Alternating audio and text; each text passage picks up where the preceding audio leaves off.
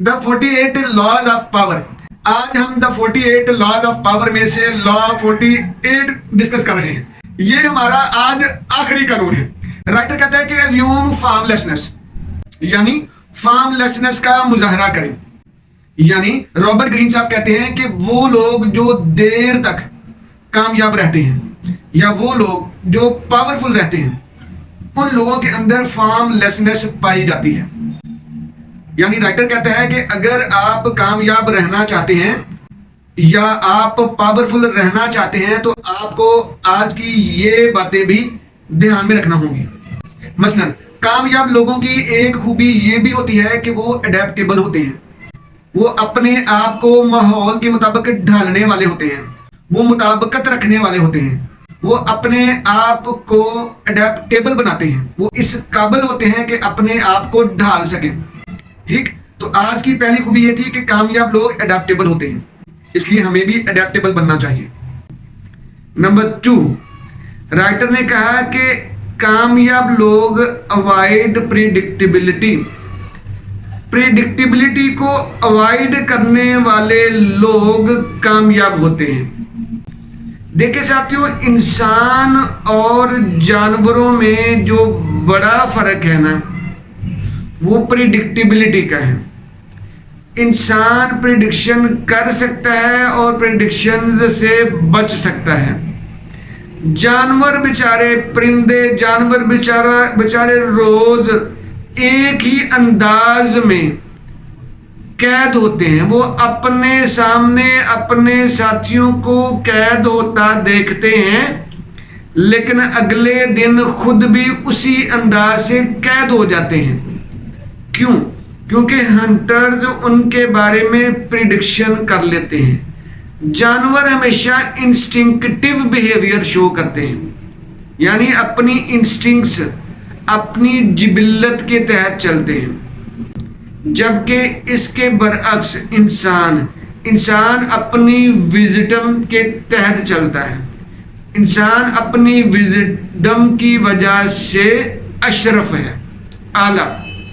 ठीक, इसलिए राइटर कहता है कि वो लोग जो कामयाब होते हैं वो प्रिडिक्शन से बचे रहते हैं।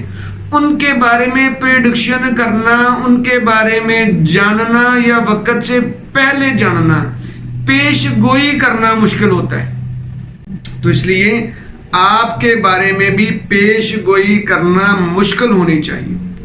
अगर आप कामयाब बनना चाहते हैं तो आपको अनप्रिडिक्टेबल बनना होगा। ठीक, नंबर 3, आज की तीसरी बात, राइटर कहता है कि एम्ब्रेस चेंज। जो कामयाब लोग होते हैं वो असल में चेंज को एम्ब्रेस करने वाले होते हैं, वो चेंज को कबूल करने वाले होते हैं, गले लगाने वाले होते हैं।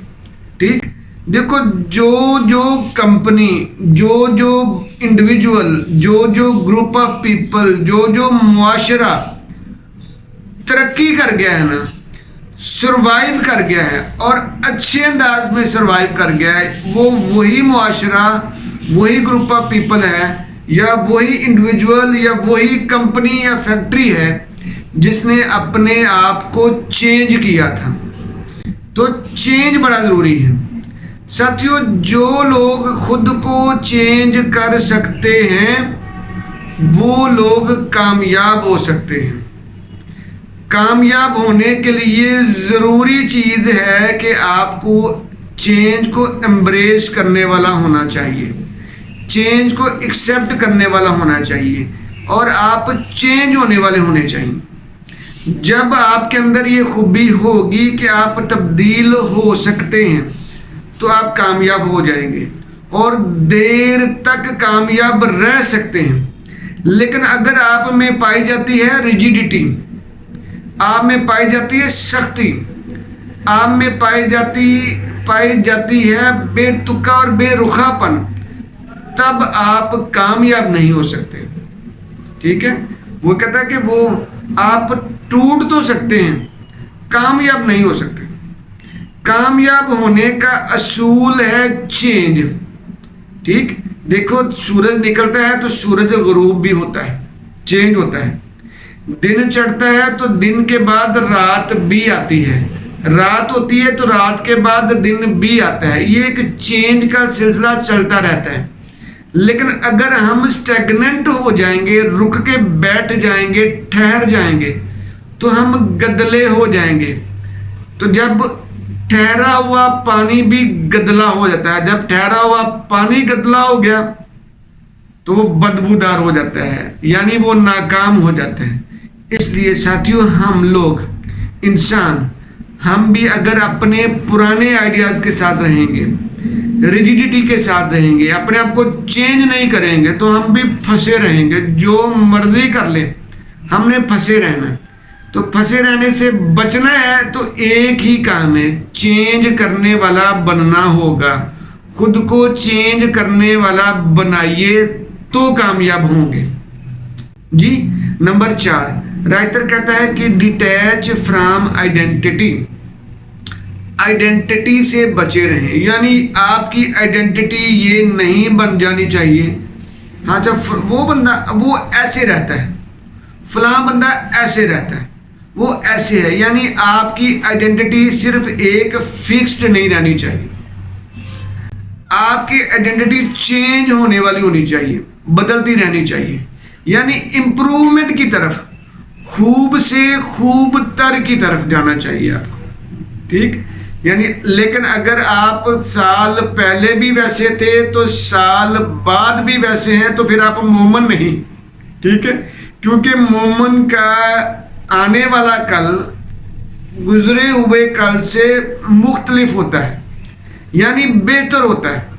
तो इसलिए ज़रूरी बात यह है कि अगर आपने अपने आप को कामयाब करवाना है तो अपनी इमेज या अपनी आइडेंटिटी को पॉजिटिवली चेंज करते रहना होगा और इससे डिटैच रहना होगा, यानी आप इसको इम्प्रूव करते रहें, तब आप कामयाब होंगे।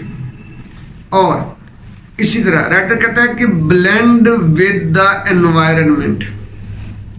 जो लोग कामयाब होते हैं वो जिस देश में होते हैं वैसा ही भेष अपनाते हैं, ये ज़रूरी बात है। यानी जैसा देश वैसा भेष, ठीक। अगर आप पाकिस्तानी मुआशरे में हैं तो पाकिस्तानी भेष में, यानी पाकिस्तानी देश है तो पाकिस्तानी भेष में रहना पड़ेगा, यानी Pakistani laws, Pakistani rules, Pakistani rules and regulation, असूलों ज़वाबत, कवायद को मानना और इन पर अमल करना होगा, ठीक। हमने अक्सर कहा है कि जो बंदा आपको किसी भी फील्ड में, अगर कोई बंदा आपको कामयाब नज़र आता है तो जान लें कि वो इस वजह से कामयाब है कि उसको अपने काम या अपने फील्ड के रूल्स एंड रेगुलेशन का पता है और वो रूल्स एंड रेगुलेशन पर को अप्लाई करता है, ठीक। अगर आप किसी खास मुआशरे में, किसी खास ग्रुप में, माहौल में हैं और आप रूल्स रेगुलेशन को फॉलो करते हैं तो कामयाबी आपकी यकीनी है।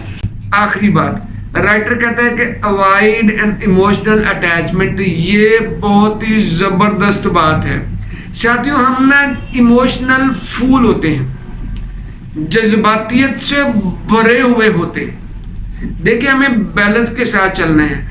एक साइड है हमारी इमोशनल सेल्फ ऑफ माइंड या emotional side of our mind, एक है logical side of our mind. हमने इन दोनों को बैलेंस लेके चलना है। लेकिन हम क्या है, या तो हम इमोशनल हैं तो फिर हम इमोशनली बिहेव करते जाते हैं, लेकिन अगर हम लॉजिकल हैं तो हम लॉजिकली ही बिहेव करते हैं। हम बैलेंस्ड फॉर्म में नहीं चलते हैं। तो राइटर कहता है अवॉइड इमोशनल अटैचमेंट। भाई, ये जो इमोशनल अटैचमेंट है ना, इससे मगरो नहीं पंजाबी का लफ्ज है, ठीक है। इसको पीछे छोड़े, इससे गुजारा करें। इमोशनल अटैचमेंट से बच के रहें। अपने आप को इमोशनली और लॉजिकली दोनों अंदाज से स्ट्रॉन्ग बनाएं। आप अपने इमोशंस और अपनी लॉजिक को इकट्ठा एक साइड बाय साइड लेके चल सकते हो, ठीक है। दिल और दिमाग दोनों साथ साथ चलने चाहिए, ठीक है, तब आप कामयाब हो सकते हैं। ठीक, तो साथियों राइटर कहते हैं कि एज्यूम फॉर्मलेसनेस, यानी आप बिल्कुल पानी ही बन जाए। पानी देखा आपने, पानी को आप गिलास में डालेंगे तो गिलास की शक्ल, प्लेट में डालेंगे तो प्लेट की तरह, अगर आप कप में डाल देंगे तो कप की तरह, अगर आप किसी बड़े प्लेटर में डाल देंगे तो उसकी तरह, बाउल में डाल देंगे तो उसकी तरह। यानी पानी एक ऐसी शय है कि आप इसको जिस शक्ल में ढालेंगे वो ढलता चला जाएगा।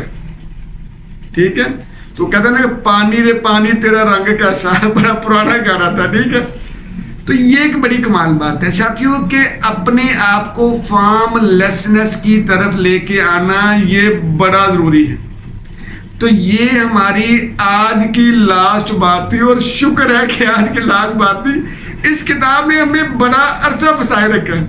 ठीक, हमने इस पर बड़ी डिटेल में बात की है, हर लॉ को एक एक करके बयान किया। मजा आ गया माशाल्लाह जी, जज़ाकल्लाह।